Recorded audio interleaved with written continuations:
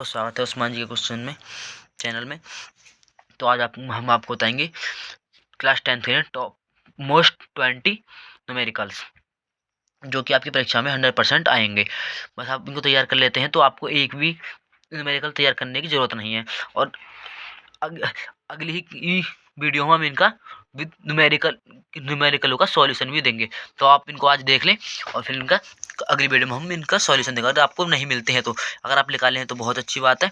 तो स्टार्ट करते हैं। आपका पहला न्यूमेरिकल है, एक गोले दर्पण की वक्रता त्रिज्या 20 सेंटीमीटर है, इसकी फोकस दूरी क्या होगी। एक गोले दर्पण की वक्रता त्रिज्या क्या है, 20 सेंटीमीटर, इसकी फोकस दूरी क्या होगी। आपका अगला न्यूमेरिकल है, प्रकाश वायु से 1.50 अपवर्तनांक की कांच की प्लेट में प्रवेश करता है। कांच में प्रकाश की चाल कितनी है। निर्वात में प्रकाश की चाल 3 × 10⁸ मीटर प्रति सेकंड है। आपका दो न्यूमेरिकल हो गया। आपका थर्ड न्यूमेरिकल है, 5 सेंटीमीटर लंबा कोई बिंब 10 सेंटीमीटर फोकस दूरी के किसी अभिसारी लेंस से 25 सेंटीमीटर दूरी पर रखा है। प्रकाश किरण आरेख खींचकर बनने वाले प्रतिबिंब की स्थिति, साइज तथा प्रकृति ज्ञात कीजिए। अगर आप इनको निकाल लेते हैं तो बहुत बात है, नहीं हम आपको इनका सॉल्यूशन भी देंगे अगली ही वीडियो में। कल को आपको इनकी वीडियो का सॉल्यूशन मिल जाएगा। एक अल्पर दर्पण, आपका क्वेश्चन नंबर 4 है, एक अवतल दर्पण की फोकस दूरी 5 सेंटीमीटर है, इसके सामने 10 सेंटीमीटर की दूरी पर रखी वस्तु का प्रतिबिंब कहाँ पर बनेगा, क्या वह वास्तविक होगा, आपको बताना है। अब चलते हैं क्वेश्चन नंबर 5 की तरफ। अब क्वेश्चन नंबर 5 है, 5 सेंटीमीटर ऊंचाई की एक वस्तु 25 सेंटीमीटर फोकस दूरी वाले अवतल लेंस से 50 सेंटीमीटर की दूरी पर रखी है, इससे बनने वाले प्रतिबिंब की ऊंचाई एवं स्थिति ज्ञात कीजिए।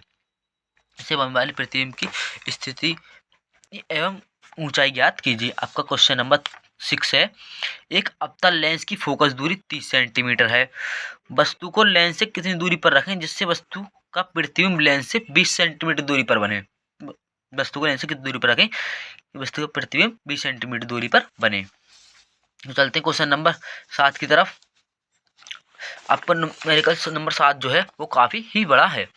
तो बोलते हैं, किसी व्यक्ति को अपनी दूर की दृष्टि को संशोधित करने के लिए -5.5 डायोप्टर क्षमता के लेंस की भी आवश्यकता है। अपनी निकट की दृष्टि को संशोधित करने के लिए उसे +1.5 डायोप्टर क्षमता के लेंस की आवश्यकता है। संशोधन करने के लिए आवश्यक लेंस की फोकस दूरी क्या होगी।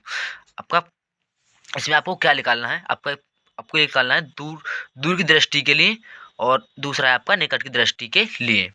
आपका क्वेश्चन नंबर 8 है, किसी निकट दृष्टि दोष से पीड़ित व्यक्ति का दूर बिंदु नेत्र के सामने 80 सेंटीमीटर दूरी पर स्थित है। इस दोष को संशोधित करने के लिए आवश्यक लेंस की प्रकृति तथा क्षमता क्या होगी। आपका क्वेश्चन नंबर 9 है, आपको यदि आप निकाल लेते हो तो बहुत अच्छी बात है, नहीं हम इनका सॉल्यूशन भी देंगे। और आपको यदि आप इनको ही तैयार कर लेते हैं तो आप 100% इनमें से ही फंसेंगे। आपका क्वेश्चन नंबर 9 है, एक निकट दृष्टि दोष वाला व्यक्ति 20 सेंटीमीटर दूर स्थित पुस्तक को पढ़ सकता है। पुस्तक को 25 सेंटीमीटर दूर रखकर पढ़ने के लिए उससे कैसा और कितनी फोकस दूरी का लेंस अपने चश्मे में प्रयुक्त करना पड़ेगा। आपका क्वेश्चन नंबर 10 है, एक विद्युत बल्ब पर 100 वाट तथा 250 वोल्ट लिखा है, ज्ञात कीजिए बल्ब का प्रतिरोध। और जो एक क्वेश्चन नंबर 1 है इसमें बल्ब का प्रतिरोध और दूसरा क्या करना, बल्ब से प्रवाहित धारा। चलते हैं क्वेश्चन नंबर 11 की तरफ। अब ये जो है ये सबसे ज़्यादा इम्पोर्टेंट इसमें है ये न्यूमेरिकल, क्योंकि हर बिल्कुल पक्के फंसते हैं। क्वेश्चन नंबर 11 है, निम्न चित्र में से प्रतिरोध R1 15 ओम, R2 10 ओम, R3 30 ओम, R4 5 ओम, R5 20 ओम, आपकी बैटरी 18 वोल्ट की है। इस परिपथ में कुल प्रतिरोध और विद्युत धारा की गणना कीजिए। आपका ऐसा बना चित्र आएगा, इसमें आपको क्या करना है, प्रतिरोध धारा गणना कीजिए। तो आपको आई निकालनी पड़ेगी इसमें। तो आपका क्वेश्चन नंबर 12 है, दिए गए विद्युत ए तथा बी बिंदुओं के बीच तुल्य प्रतिरोध ज्ञात कीजिए। आपको इनके बीच में क्या ज्ञात करना है, तुल्य प्रतिरोध। आपका क्वेश्चन नंबर 13 है, 9 वोल्ट की किसी बैटरी को 0.2 ओम व 0.3 ओम व 0.4 ओम व 0.5 ओम तथा 12 ओम के प्रतिरोधकों के साथ श्रेणी क्रम में संयोजित किया जाता है। 12 ओम के प्रतिरोध से कितनी विद्युत धारा प्रवाहित होगी, बताना है। चलते हैं आपको क्वेश्चन नंबर 14 की तरफ। दो बल्ब जिनमें एक पर 100 वाट व 220 वोल्ट तथा दूसरे पर 60 वाट 220 वोल्ट लिखा है को एक 220 वोल्ट की सप्लाई लाइन से समांतर क्रम में जोड़ा गया है। सप्लाई लाइन से निर्गत धारा की गणना कीजिए। तो क्वेश्चन नंबर 14 हो गया है। अब क्वेश्चन नंबर 15 आता है। तो ये है, निम्न विद्युत परिपथ में R1 बराबर R2 बराबर R3 बराबर 30 ओम, R4 बराबर R5 बराबर 20 ओम तथा R6 बराबर 10 ओम है। परिपथ को 12 वोल्ट बैटरी से संयोजित किया गया है।